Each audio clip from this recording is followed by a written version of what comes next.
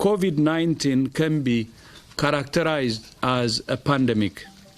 Así era como la Organización Mundial de la Salud declaraba oficialmente la pandemia del COVID-19. Prácticamente nadie se imaginaba este escenario al comenzar el 2020, pero lo cierto es que con más de 100.000 casos confirmados alrededor del mundo, nos encontramos ante un escenario en el que hay que tomar medidas y hay que hacerlo ya.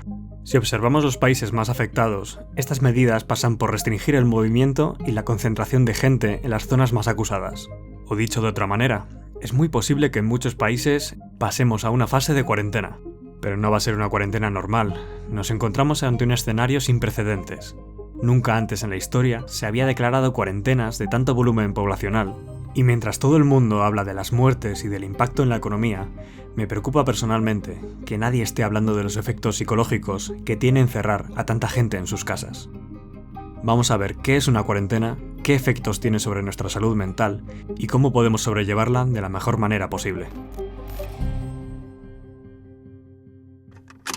Vámonos a Venecia, pero no a la actual, sino a la Venecia del siglo XIV, en la que, ante la imparable epidemia de la peste negra, los barcos que llegaban a Venecia debían permanecer anclados durante 40 días antes de desembarcar, en un esfuerzo desesperado por contener la enfermedad.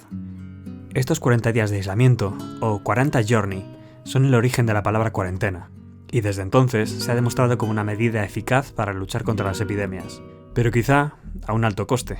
Mirad, recientemente se ha publicado una revisión de varios estudios sobre los efectos de las cuarentenas en brotes anteriores, como el SARS o el ébola.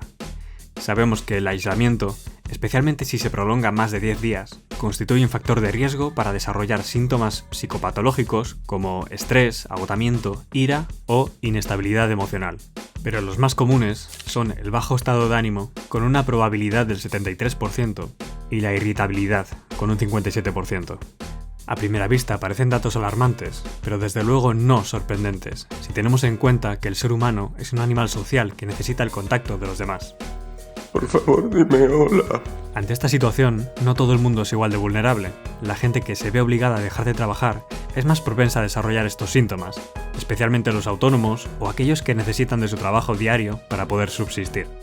Además, el miedo por contraer la infección no se limita al hecho de enfermar, sino al miedo de cómo te tratarán los demás una vez esto ocurra. Hemos visto cómo este estigma se ha reflejado en la población china e italiana, a los cuales se les trataba con miedo, crítica y sospecha al comienzo de la epidemia. La incertidumbre de las personas es equivalente a la cantidad y calidad de la información proporcionada por los gobiernos. Y en el caso del coronavirus, el mensaje de nuestros dirigentes provocó una disonancia cognitiva en la población. A ver, me explico. Cuando se le dice a la gente que se acerca algo muy peligroso, pero que todo lo que necesitan hacer es lavarse las manos con jabón, la acción no parece ser proporcional a la amenaza. Esto es importante porque no conocer exactamente la magnitud del problema empuja a la gente a comportamientos un tanto inusuales. En los últimos días hemos visto compras compulsivas de todo tipo, y entiendo que la gente quiera abastecerse de productos no perecederos, como el arroz, conservas o pasta, pero parece que tenemos una fijación especial por el papel higiénico. Quién sabe, puede que atesorar grandes cantidades de papel higiénico nos haga recuperar la sensación de control y a nivel simbólico represente el confort y la seguridad que no teníamos en tiempos menos civilizados. Oh, gracias. Se acabaron las hojas de plátano. Otra conducta inusual es el aumento repentino de los divorcios. Y es que resulta paradójico, porque si nuestros familiares se encuentran lejos durante la cuarentena, tendemos a preocuparnos por ellos en exceso, mientras que si se encuentran cerca, podemos llegar a sentir el tedio y el hartazgo de su compañía constante, algo que llamamos saturación convivencial. En definitiva, no lidiar con estas situaciones de la manera correcta puede desembocar en patologías como la depresión, insomnio o trastorno de estrés postraumático.